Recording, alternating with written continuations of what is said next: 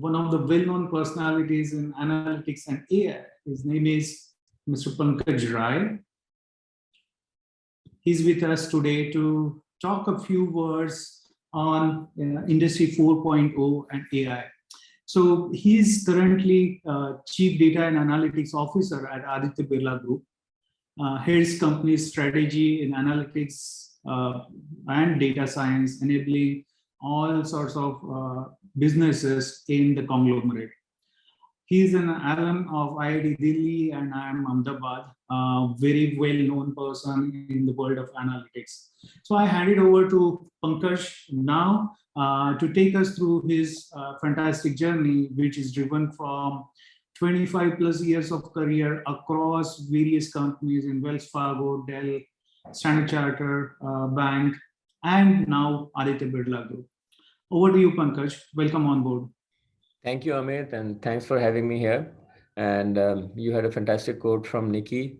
One of the quotes that I remember from my young days, and I don't know who it is attributable to, was a small story that we used to see as kids, that there was a young boy who prepared for an essay on the cow, and when he went, the question paper was on a forest.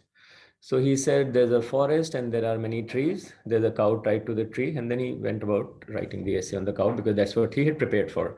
So the reason for that analogy is that whenever a topic is given to me or any question is asked, I try to say, is that the best question that is worth answering, or should I sort of give another perspective to that question? So not because I did not prepare for it, but I think in these days, it's always good to clarify the question and answer the right question. And hence, I will attempt to do that. So while the topic is Industry 4.0, I do want to share a few thoughts and few perspectives before coming into that. So let me begin with just sharing some of my perspectives, some of my learnings, which is the data. I'll share some insights and then some action. So, in our analytics people, we tend to look at data, we try to provide insights, but most important is action. So I'll try to provide some actionable insights for all of you, hopefully. So just beginning with some thoughts. I think it's always good to begin at the top and what has changed and what has not changed in the world. And I can only talk about the last 30 odd years that I can say that I have been in the corporate world. So I think what has not changed is the basic, Maslow's hierarchy of needs. We still need food security, all of that, going up to self-actualization, which is reflected in the needs in the terms of farming and manufacturing and services and so on. And as progress happens, more and people seem to be self-actualizing and then consuming more and more services. So, but the basic, Maslow's hierarchy hasn't changed, and therefore the need to satisfy those things continue the same. Everyone is looking for big results, nice way of solving their problem. I don't think anyone is interested in other big words or any terminologies that consultants use. So I think it's important to remember what has not changed, which is the consumers and the folks who are using our services at a high level still consume those things, although the proportions may have varied. I think the big thing, in my opinion, which has changed from the past to now is more on the delivery of those services. So while the needs are by and large structurally similar, proportions may differ, the delivery side has changed rapidly, because I think at a very, very macro level, we have moved from a scarcity oriented economy and mindset to a more abundant oriented economy and mindset. And I think what that does is that fundamentally changes a lot of things. And, just to give you a few examples of what I mean, the difference between scarcity and abundance is that even we ourselves, we are used to fewer choices in the past and used to take decisions based on external trends.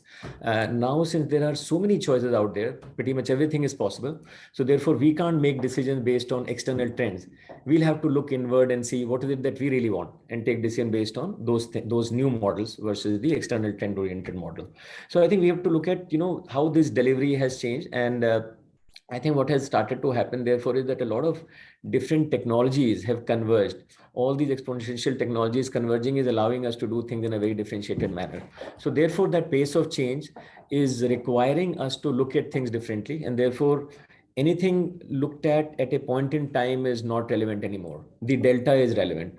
In fact, I talked to folks in my team and said that, if I do a performance appraisal of someone, it's a point in time. What did you do? I think the more relevant thing is, how is that changing? How are you, modifying? How are you learning faster? How are you making increment faster? It's almost like the, velocity of an agile team. How many features are you delivering and all of that? So I think the delta or the speed is more important than a point in time. So I think that is changing. I think the other thing that I have observed, I have spent most of my life in services and banking and so on and so forth. I have done a bit of Six Sigma in the past. So in the past, I think Six Sigma was probably good enough because the world was a bit linear, slow moving. But today, you can't do continuous improvement. You have to continue to look at now continuous reinvention. It's more like a continuous disruption. And it is possible because of the convergence of exponential technology. So I think just laying the ground that, things at a high level are changing very drastically, and we need to be aware of those changes and be cognizant of that, and not be bogged down by the minutiae and the detail. And therefore, the point I'm trying to make it that if you are a business which has a factory, certainly you should think about a smart factory, and we'll talk about that, which is where Industry 4.0 comes in.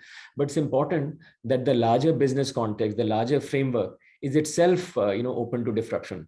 So imagine that if and we have seen that many of these auto companies were optimizing and improving their factories, but all these platform economies came in and disrupted hotel to auto to any of those things. So if those folks were just focusing on what they have and optimizing that, then the disruption came in and took it away. So the limited point I think I want to make is that while we will talk about Industry 4.0 and we'll talk about factories and manufacturing, I think it's very, very critical to remember that the larger business is what counts. The larger business is open to disruption, and you need to be aware of it. And we can't be sitting in our silos and thinking about just optimizing one thing, while the sort of the top goes away from the top of our head. So I think that was the point that I wanted to make. It's almost like saying that if I was a shop floor guy in a manual factory, I was optimizing how I manufactured it, but the CNC machine came in and then I became sort of irrelevant. And that's the analogy that I would like to at least keep at the back of the mind when we talk about Industry 4.0 and or my own experience of being in a large conglomerate like Aditya Birla and how we are dealing with some of these things. So I think we do keep an eye on the larger trends. We do keep an eye on what are the other things which can happen. We do keep investing in newer areas, newer technologies, newer ways of doing business, while continuing to optimize what we have. So I think this is the second part which we'll talk about. The first part is very critical and always has to be kept in mind. And as a group, the which I am part of, I think a lot of investments and a lot of thought goes into new disruptive areas and new things while we optimize what we have. Now, Industry 4.0, I mean, a lot has been said and a lot has been written, and a lot of people do various things. I'll share with you what within our group we are thinking, what we are doing, and what we think makes sense to us. Just for perspective, the Birla Group is really, spanning across various businesses and verticals. We are in fashion and finance on one hand. We are in, metals and minings and carbon and many commodities on the other. Also into trading and several other different businesses. So it's a fairly large conglomerate. I think the way we look at Industry 4.0, which I think is a kind of a, in my opinion, a buzzword created to sort of give some credence to how do you make factories smarter. The terminology that we use within our group is more, smart, sustainable, and safe manufacturing. So we kind of utilize the term 3SM within our group to say the factory doesn't have to be just smart, but it has to be safe and sustainable as well. So 3SM is the sort of our own internal buzzword when we look at our factories. Now, coming to factories, I think factories have been in our group for very, very long. People have been trying to optimize these factories very judiciously. There are very, very, I would say, efficient factories in our group. People have been SMEs and so on and so forth. Now, the advent of new digital technologies is now allowing us to capture data, connect these machines, edge computing, and so on and so forth. So the way we are, approaching this whole problem is to say, how do we strengthen all these, capability that we have by embedding them into our factories and making them smart, sustainable, and safe. So our approach is sort of a 4P framework, as we call it. So the 4Ps really stand for projects, platforms, people, and partnership. And what it really means is that First of all, you look at your factory or your business, you try to determine what your overall strategy for that factory or that business unit is. We sort of internally use the terminology digital ambition, that you are a factory, you want to become XYZ 3 years from now, which is your digital ambition in line with your business ambition, that I want to be the most efficient factory in energy or logistics or whatever that might be. And that digital ambition then is fulfilled through this 4P framework. And the 4P really is projects, which is to say that, let's say you are the metal company, you are Hindalco or aluminum or whatever, and you think energy is a large cost. So energy management is a big element for you. So therefore you have prioritized energy saving as one big idea, where first of all, we will do certain projects. So we might do a digital twin project to kind of look at your factories, try to simulate your factory environment, and try to help you optimize certain things, which is the project side of the P. Once you have gotten success in that area, you try to create whatever you have done in a more automated fashion using data engineering, ML ops, into a sort of a platform. So that is the second P that comes into being. The third P really is all about people. How do you train the people at different levels to have that line of thinking to say, how do I take decisions using some of the data and analysis, and how do I improve the process, on a weekly, monthly, quarterly basis, and so on and so forth. So that's the third P. And the fourth is all about partnerships, that all that we do is never done alone. It's always in conjunction with other partners. And the partners are also various different categories. Of course, there are these, big tech cloud partners. They provide us a lot of, infrastructure support and many other services. Then we have startup partners who provide some niche, elements where we are not good at, and we think we can leverage them. Then the third category is really these, what we call industrial tech partners, folks like GE and Schneider and Siemens and ABB and all of them have digital practices. They have a lot to offer us, and we leverage them quite extensively. And then there are some other niche consulting partners that we use in these manufacturing areas. So net, what we tend to do is look at creating some kind of an ambition document, utilizing the 4P framework, sort of almost one after the other in conjunction, to help build internal capability within each factory, so that all of them are sort of, in that 3SM area, that they can call themselves smart, sustainable, and safe manufacturing practices. And this is an iterative process. So this process continues every year. You kind of come up with what your sort of next phase of ambition is, and that ambition then gets again translated into various priorities and projects. I think the biggest thing that we are finding in doing some of these things is not really what I spoke about, which is the technologies, or which is about training people and all of that. But I think the softer issues which seem to be hidden, which is not talked about, and those are related to talent and funding and governance and decision rights and so forth. Because I think if you look at digital or industry 4.0 or any of these new terminologies, I think what I have at least learned is that these are not really so much about technologies, and these are also not about asking the right question. I think these are also about setting in place processes, approaches, and frameworks which are softer in nature, and they tend to get overlooked. So to give an example of talent, what do you do about talent? Should you hire your own team? Should this team be sitting in factory? Should they be in head office? Should they be outside? Should they be contractors, own people? What should their career path be? Would you want to train your internal people? Do you want to rotate them across companies? All of that. So talent is one whole area. How do you train your middle management, senior leaders? How do you make sure that all of them understand this new world of industry 4.0, digital, and so forth? So talent is a very critical one, and like I said, there are so many different things that you need to take. The second one is really about the ways of working. Do you delegate? Do you do it top down? Historically, a lot of things are being driven top down, but there is a need to allow certain innovation and experimentation to happen at the grassroots level. So how do you determine the decision right? What kind of forums do you take?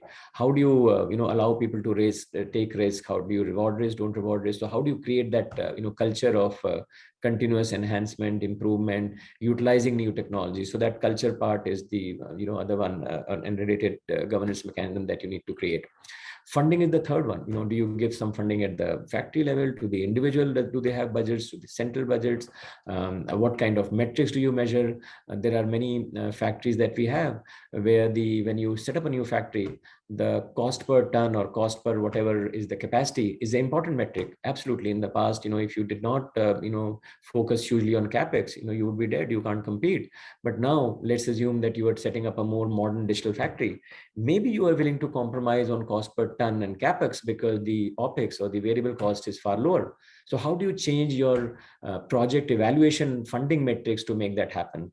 And I can go on and on. So I think there's a lot of these softer factors that everyone needs to consider and keep in mind to really make industry 4.0 or digital or data analytics or any of these new exponential technologies to be leveraged by making the right culture, which relates to training, talent, funding, and so on and so forth. So I think I always say that some of these newer things require a lot of mindset change and alignment from top to bottom, because the new generation of workforce is having a certain type of culture. The other generations have had a different experience and they have a different culture. Aligning all these cultures, leveraging the best of both is very, very critical, because many a times we tend to go from guardrail to guardrail. Sometimes we believe that the youngsters know it all and let them drive it. Sometimes, in the traditional company, you think that the older one know it all. I think both know something meaningful.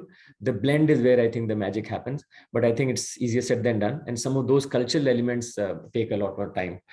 So I think net, Amit, I will close by saying that while Industry 4.0 is a combination of new exponential technologies, which are enabling our factories to become smart, safe, and sustainable. I think the bigger issues which companies and individuals need to tackle are softer in nature, which I spoke about. And I think if we get those softer things right, I think the harder things are much easier to do than the softer ones. Thank you, and back to you, Amit.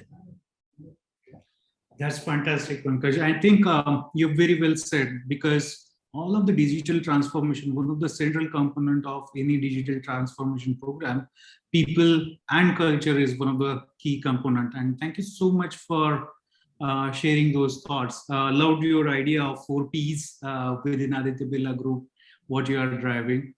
Really like it.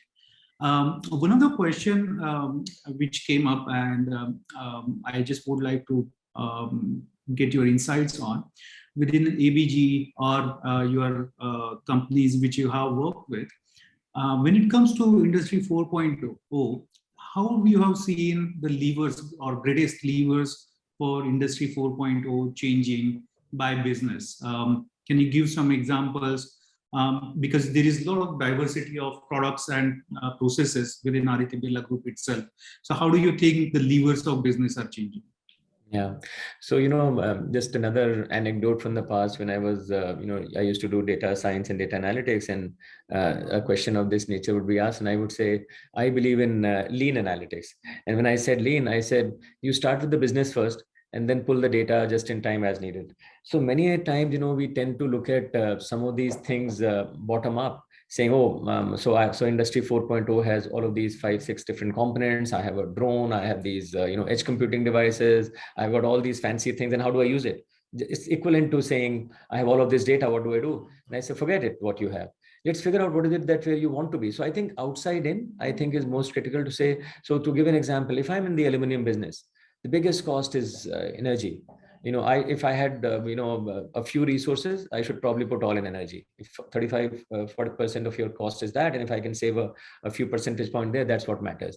If I'm Ultratech Cement and I'm in the cement business, hugely logistics. If I can save a few pennies here and there, I can save a lot. So I think in every business, one has to understand what is that 80-20 rule, which are the big cost drivers, and also which have the opportunity to be saved. So therefore, once you figure out what that is, so if I was taking the energy example, maybe I will start investing in a digital twin. But if I was taking the Ultratech example, I would start investing in a logistics insight tower. So I think the need to create a digital solution or utilizing different Industry 4.0 solutions is secondary to my understanding of what my business driver is and where the business benefit will come from. And frankly, I always say that if you did not even know those technologies, frankly, there are enough people who will help you solve those problems, albeit some of them might charge you a bit more initially. But I think it is still better that you have to first figure out what you are trying to do, because many a times not having that and then having the best solution is probably worse than the first one. Absolutely, Pankaj. Okay, all right, Pankaj, thank you so much for that insightful session. That was really great, and it was really insightful, and we are happy to hear your thoughts. Thank you so much. Thank you, Amit. Thank you very much.